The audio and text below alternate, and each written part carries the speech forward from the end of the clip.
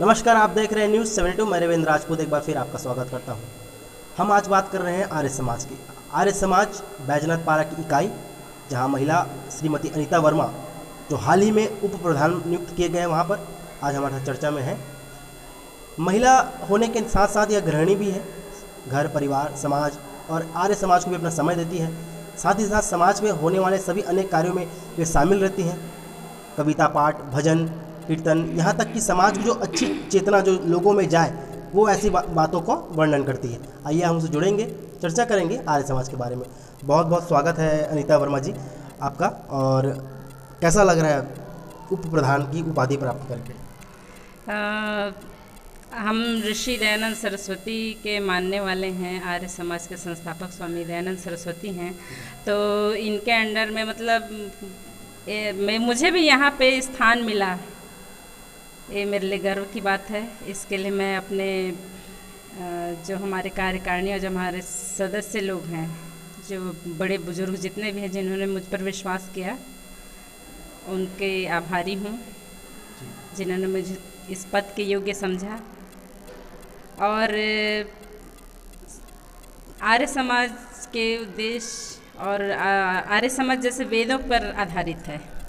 स्वामी दयानंद सरस्वती 4 वेद जो हमारे मुख्य धार्मिक ग्रंथ हैं, और उस पर वो विलुप्त हो चुका था, उसको वेदोद्धारक इसलिए मानते हैं स्वामी दयानंद सरस्वती को। इसलिए हमारे आर्य समाज का ये मुख्य उद्देश्य है कि हम वेद और यज्ञ का प्रचार करें।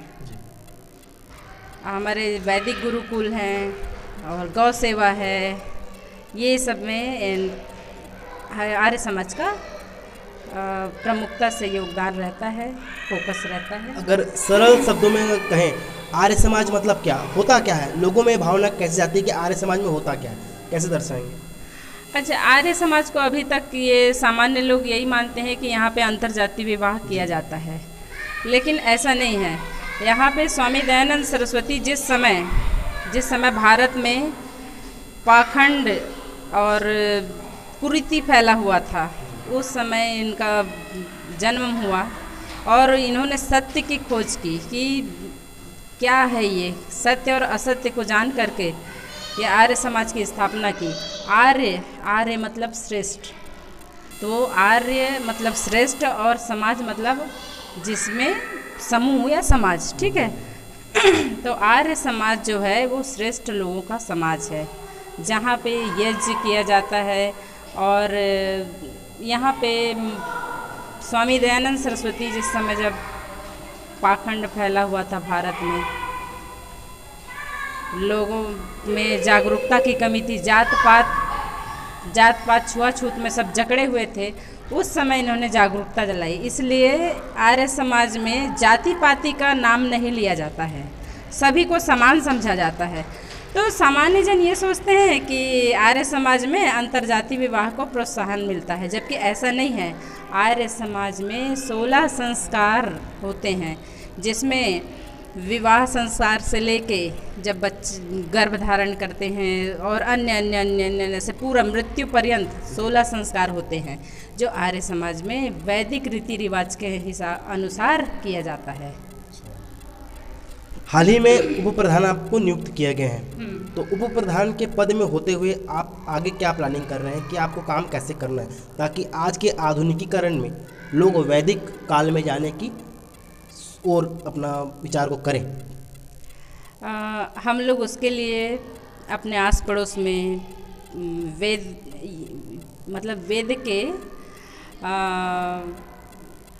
यज्ञ हवन का प्रचार प्रसार करेंगे।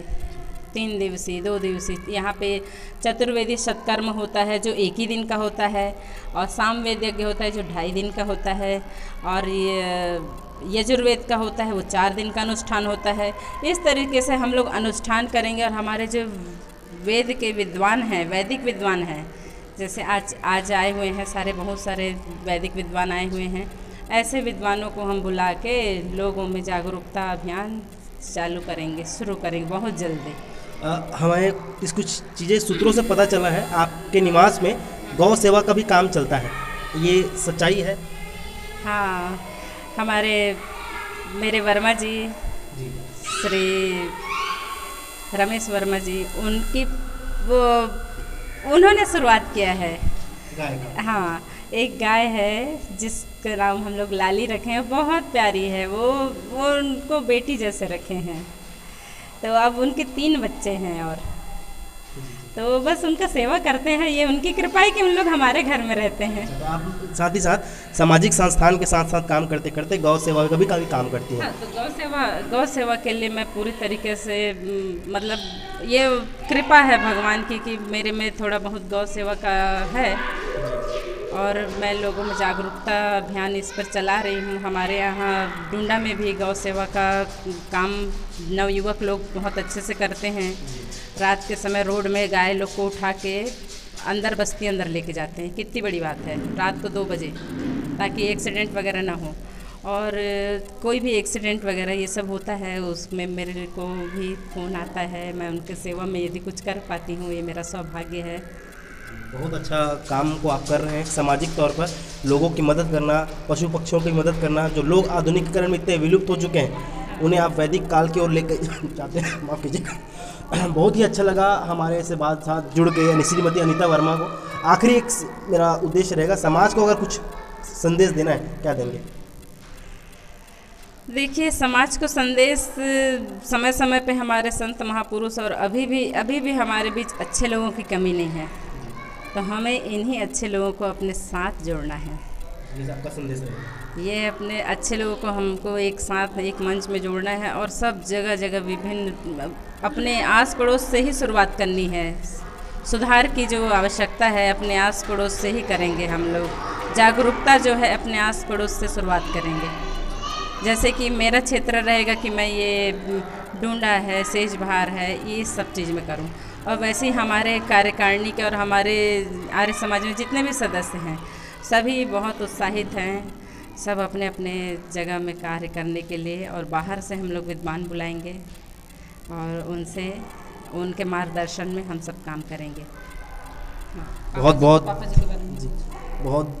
धन्यवाद। और आपके जो अगर कहें पिताजी, वो भी आर्य समाज से जुड़े हुए थे। हाँ, अच्छा, मेरे पिताजी वैसे तो मेरे ससुर जी हैं, पर सभी लोग यही कहते हैं कि मैं उनकी बेटी हूँ। तो मेरे ऐसे ससुर जी अभी दिवंगत हो गए हैं, माननीय श्री दयाराम जी वर्मा। उनके प्रयासों से ही ये बैजनाथ पारा आर्य समाज रायपुर इतना संगठित और सुव्यवस्थित चल रहा था। और हम चाहेंगे कि जैसे उनके रहते ये समाज चला, इतना उन्नति किया, वैसे ही आगे भी हम संगठित होकर एक होकर उन्नति करें और उनके बताए हुए रास्ते पर चले। जैसे उनका नाम, अपने स्वामी जी का नाम दयानंद सरस्वती, वैसे ही मेरे ससुर जी का नाम दयाराम वर्मा। तो ये इनमें ना, अब ये तो हमारे बहुत विद्वान आचार्य हमारे स्वामी दयानंद सरस्वती, लेकिन वैसे ही मेरे पिताजी भी दयाराम वर्मा जी, वो भी बहुत महान और बहुत ही उच्च कोटि के इंसान थे। इसलिए वो हम पर आशीर्वाद बनाए रखें, जीते जी भी और अभी कहीं से देख रहे हो तो भी उनकी कृपा हम पर रहे और हम उनके आदर्शों पे चलेंगे और इस समाज को हम लोग बहुत अच्छे से चलाएंगे, ऐसा संकल्प लेते हैं। बहुत बहुत धन्यवाद, बहुत अच्छी बातें बताई। एक महिला के रूप में सामाजिक कार्यों में और वेदों की तरफ लोगों को आकर्षित करने के लिए, जो अपने वास्तविकता को भूलकर आधुनिकीकरण में तो विलुप्त हो चुके हैं कि आज वेद को कोई आधुनिकीकरण में पूरा विलुप्त कर चुका है, उसको आप लोगों के प्रति जागृत कर रहे हैं कि वेदों के लौटे। बहुत अच्छा लगा आपसे और बहुत बहुत धन्यवाद, आपने हमें समय दिया। तब तक के लिए देखते रहिए न्यूज़ 72। मैं रविंद्र राजपूत, कैमरामैन नवीन के साथ, रायपुर।